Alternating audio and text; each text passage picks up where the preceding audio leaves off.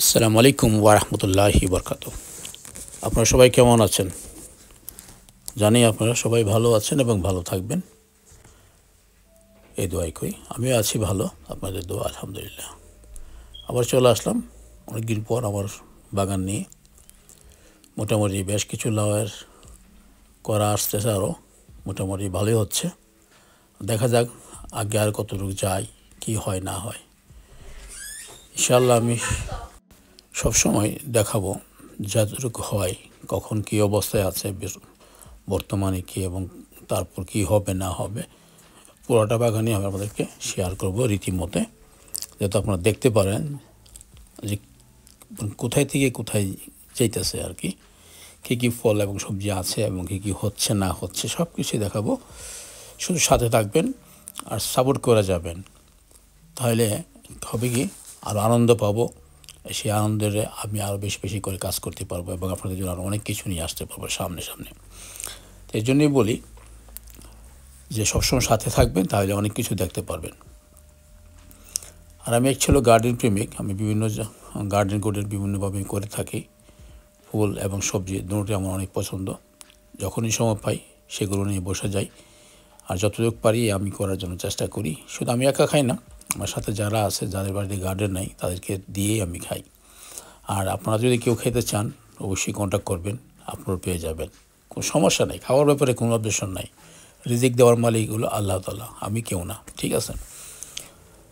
আমি আশা করি আরেকটা কথা বলবো সবাইকে, আপনারাও যদি পারেন আপনার নিজ নিজ বাড়িতে ছোট্ট করে একটা গার্ডেন করার চেষ্টা করুন।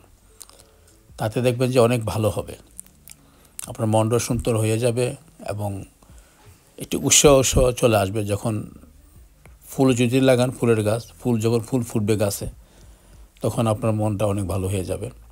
আর যদি কোনো কিছু সবজি গাছ লাগান, শুরু থেকে বড় করলেন, বড় হওয়ার পর ফল দিল, সেই ফলটা আপনি খেলেন, খেয়ে দেখবেন যে অনেক তৃপ্তি পাবেন, তখন আরও ভালো লাগবে। তখন আপনি নিজেই চাইবেন যে আপনি প্রতিদিনই, মানে সবসময় প্রতি সিজনে কিছু না কিছু করার জন্য। সবজির সময় সবজি, ফুলের সময় ফুলের বাগান, যে কোনো সময় যতটুকু সময় পান আর কি একটু দিবেন আর কি, তাইলে অনেক কিছু বুঝতে পারবেন আর কি জিনিসটা কী। অ্যাকচুয়ালি কিছুটা করতে গেলে একটু সময়ের ব্যাপার, সময় লাগে, বাট যখন হয়ে যায় তখন মনটা অনেক ভরে যায় আর কি। সেজন্য আমার তো মোটামুটি সুন্দরভাবে সময়টা কেটে যায়। যতক্ষণ অফিসে থাকি, অফিস থেকে এসে ডাইরেক্ট গার্ডেনের পরে প্রথমে গার্ডেনে চলে যাব, তারপরে সে কাপড় চোপড় চেঞ্জ করে নামাজ বা অন্য কিছু থাকলে অন্য কাজগুলো করব। অফিস থাকার প্রায় সময় নামাজ কাজা হয়ে যায়, সেগুলো বাসায় আদায় করতে হয়। সব মিলিয়ে ঠিক এভাবেই সময়টা আমার কেটে যায় খুব সুন্দরভাবে, বুঝছেন? মানে কি বলবো না, এত সুন্দরভাবে সময়টা কাটে বলার বাইরে।